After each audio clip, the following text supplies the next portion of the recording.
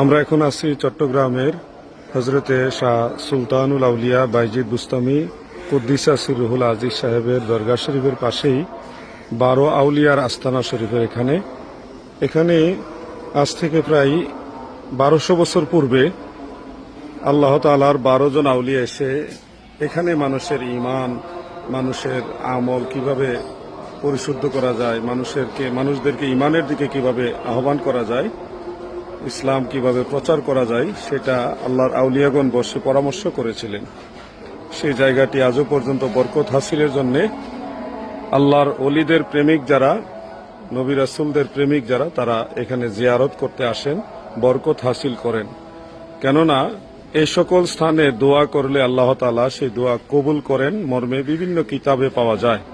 মানুষ যখন কঠিন পেরেশানিতে পড়ে যায় তখনই আল্লাহর ওলিদের দরগায় মাজারে গিয়ে আল্লাহ তাআলার দরবারে দোয়া করেন এবং সে আল্লাহর আউলিয়াদের বরকতে আল্লাহ তাআলা সেই দোয়া তড়িৎ গতিতে কবুল করেন।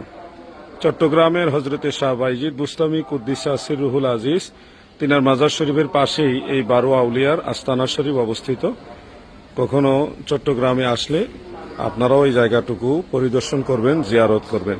মহান আল্লাহ তাআলা সবাইকে তৌফিক দান করুক, আমিন। আসসালামু আলাইকুম ওয়া রাহমাতুল্লাহ।